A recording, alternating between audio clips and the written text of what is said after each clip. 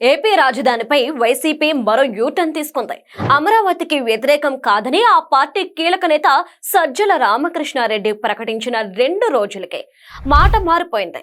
అమరావతి శాశ్వత రాజధాని అని తీర్మానం చేయడం రాజ్యాంగ విరుద్ధం అంటూ అభ్యంతరం వ్యక్తం చేశారు వైసీపీ సీనియర్ నేత ధర్మాన ప్రసాదరావు. శాశ్వత రాజధాని రాజ్యాంగంలో లేదని, ఇప్పుడు అమరావతిని శాశ్వత రాజధాని అని తీర్మానం చేస్తే భవిష్యత్తులో మరో ప్రభుత్వం అధికారంలోకి వచ్చినప్పుడు వాళ్ళకి నచ్చిన విధంగా నిర్ణయం తీసుకునే అవకాశం ఉండదని అసలు విషయం బయటపెట్టేశారు.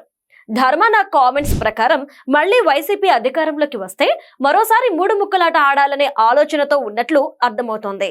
అమరావతిని అభివృద్ధి చేస్తే ఉత్తరాంధ్రను నిర్లక్ష్యం చేయడమే అంటూ ప్రాంతీయ విద్వేషాలు రెచ్చగొట్టే ప్రయత్నం చేశారు ధర్మాన ప్రసాదరావు.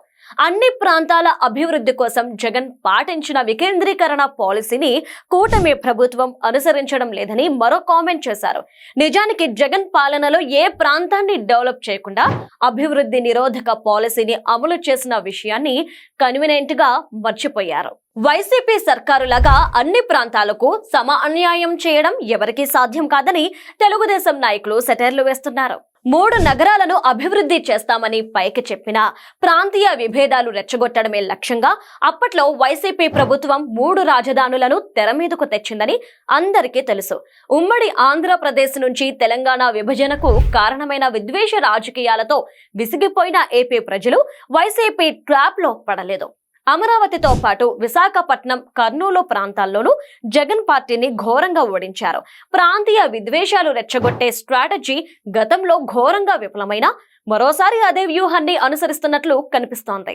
శ్రీకాకుళం జిల్లా మూలపేట పోర్ట్ క్రెడిట్ ని జగన్ ఖాతాలో వేయడానికి నిర్వహించిన ఆందోళన కార్యక్రమంలో ధర్మాన అమరావతికి వ్యతిరేకంగా మాట్లాడారు. గతంలో టీడీపీ ప్రభుత్వం హయాంలో శ్రీకాకుళం జిల్లా భావనపాడు దగ్గర పోర్టు నిర్మాణానికి అన్ని అనుమతులు తీసుకొచ్చి భూసేకరణ ప్రక్రియ కూడా ప్రారంభించారు. కానీ వైసీపీ అధికారంలోకి వచ్చాక భావనపాడు పోర్టును పక్కన పెట్టి మూలపేటలో పోర్టు నిర్మించాలని నిర్ణయించారు. 2023లో పనులు ప్రారంభించిన వైసీపీ ప్రభుత్వం దిగిపోయే సమయానికి కేవలం 20% వర్క్ మాత్రమే పూర్తయింది. కూటమి ప్రభుత్వం అధికారంలోకి వచ్చాక జగన్ పాలనలో రాజధాని పనులు ఆపేసినట్లు, భావనపాడు పోర్టుని మార్చేసినట్లు తారుమార్ తక్కర్మార్ ఆటలు ఆడకుండా మూలపేట పోర్టు పనులను 75% పనులు పూర్తి చేశారు. కేవలం క్రెడిట్ చోరీ కోసమే మూలపేట పోర్టు విషయంలో వైసీపీ హడావుడి చేస్తుందని ప్రత్యర్థులు ఆరోపిస్తున్నారు.